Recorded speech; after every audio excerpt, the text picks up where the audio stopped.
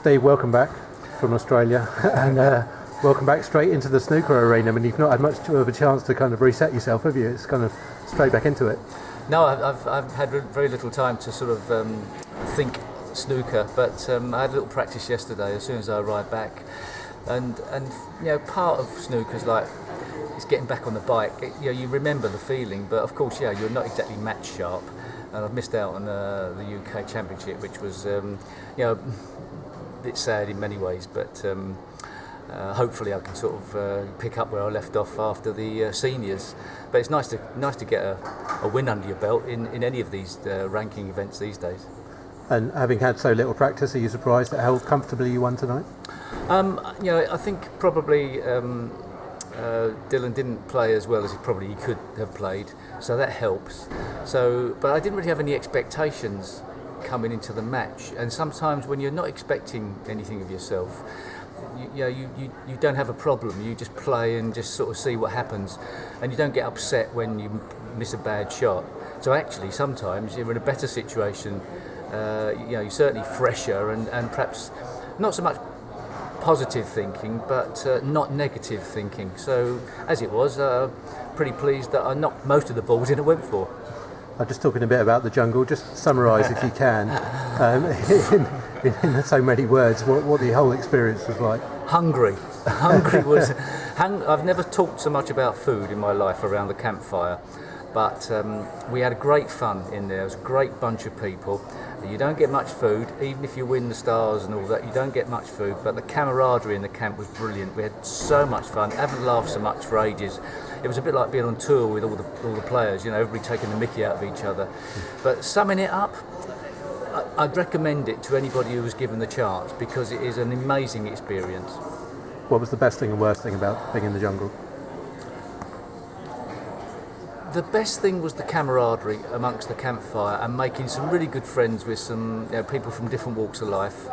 And the worst thing, apart from falling in before the start of the worst thing was the hunger.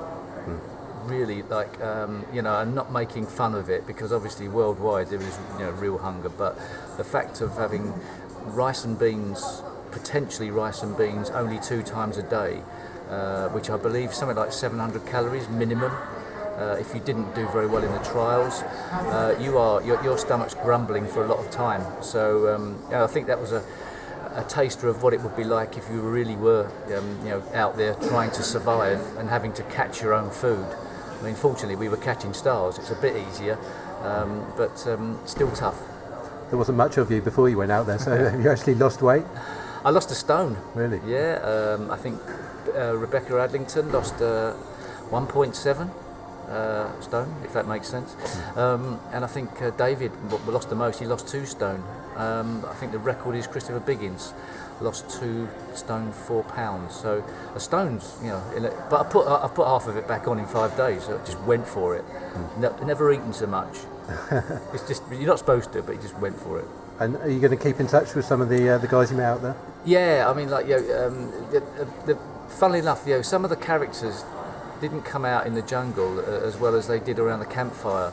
We sort of made some really good friends, and I think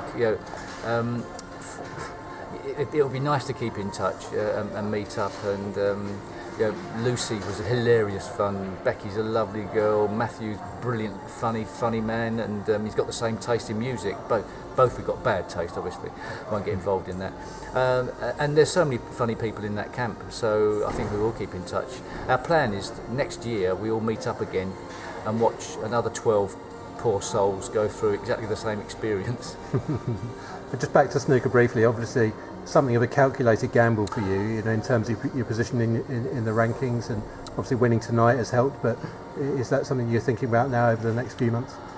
I think had the system for ranking been the old system of points, it would have been a far more hurtful thing than the current prize money system. So I think it does give the players the opportunity to drop out without really losing ground with the other players around them. So it's not as bad as it may seem. So as a calculated gamble, yeah, and if I drop out of the top 64, well, there's a few ways to get back in these days. and it's not going to make a massive difference to my life if I don't qualify for 1 year. There's the Q School, the PTCs that you could get back in another year, like Joe Swale did, and also Rod Lawler. So it's different now. I think it's a much better system we have now, even though the players are better. So it's tough. Great, thanks a lot, Steve. I think Thank someone's just ordered some rice and beans for you, so you better go and eat that. No, never again. Cheers.